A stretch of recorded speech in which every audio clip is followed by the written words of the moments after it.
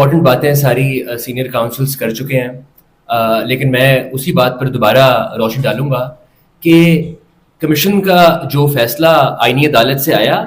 اس سے تو ایگریوڈ کوئی پارٹی ہو ہی نہیں سکتی، کیونکہ وہ فیصلہ صرف اس حد تک ہے کہ ایک آزاد کمیشن بیٹھے گا جہاں پر یہ سب حقائق رکھ دیے جائیں اور وہ ایک فیکٹ فائنڈنگ ایکسرسائز کر لے اور اس کی بابت اپنی رپورٹ اور سفارشات آئینی عدالت میں بھی اور فیڈرل گورنمنٹ کے سامنے بھی پیش کر دے۔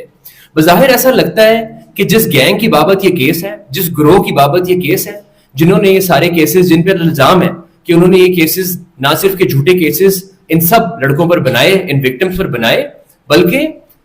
اس کے اندر جو ایویڈنس ہے وہ اتنا زیادہ شیڈی ہے۔ وہ ایویڈنس جو ڈیجیٹل ایویڈنس سرکولیٹ کر رہا ہے وہ سارے کیسز کے اندر آلموسٹ 90% ایک ہی ایویڈنس ہے۔ تو بظاہر ایسا لگتا ہے کہ کیونکہ اس کمیشن کے ٹی او آر میں یہ بھی ہوگا کہ وہ بلاسمی کے جرم کا، توہین رسالت کا، ناموس رسالت پر حملے کا ارتکاب کرے گا، اس کو روکے گا۔ بظاہر ایسا لگتا ہے کہ کوئی ایسی طاقتیں اصول کے موجود ہیں جو چاہتی ہیں کہ یہ ایکسرسائز نہ کی جائے، ایسا نہ ہو کہ بلاسمی کے آفینسز کو روکا جائے یا اس ڈیجیٹل ایویڈنس کو سٹاپ کیا جائے کہ وہ کہاں سے کریٹ ہو کے سوشل میڈیا پہ اتنا کھلے عام شیئر ہو رہا ہے، اس حد تک شیئر ہو رہا ہے کہ ایک گروہ اس قابل ہو گیا کہ اس ایویڈنس کو یوز کر کے پلانٹ کر کے لوگوں کو پھنسا سکتا تھا، اور اس نے پھنسایا۔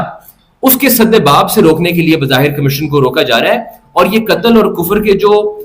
فتوے جاری کیے جا رہے ہیں ان سے بھی بظاہر ایسا لگتا ہے کہ بہت ساری ایسی طاقتیں ہیں جن کی دکانداری بند ہوگی، بہت ساری ایسی طاقتیں ہیں اس ملک میں جن کے پاس یہ طاقت ہے کہ وہ ان کے خلاف جو بھی آواز اٹھے گی وہ اس کے خلاف کفر کا فتویٰ جاری کر سکتے ہیں، اس کو واجب القتل قرار دے سکتے ہیں۔ اس چیز کو روکنے کے لیے اس کمیشن کی ایک فیکٹ فائنڈنگ ایکسرسائز بہت کلیدی کردار ادا کر سکتی تھی۔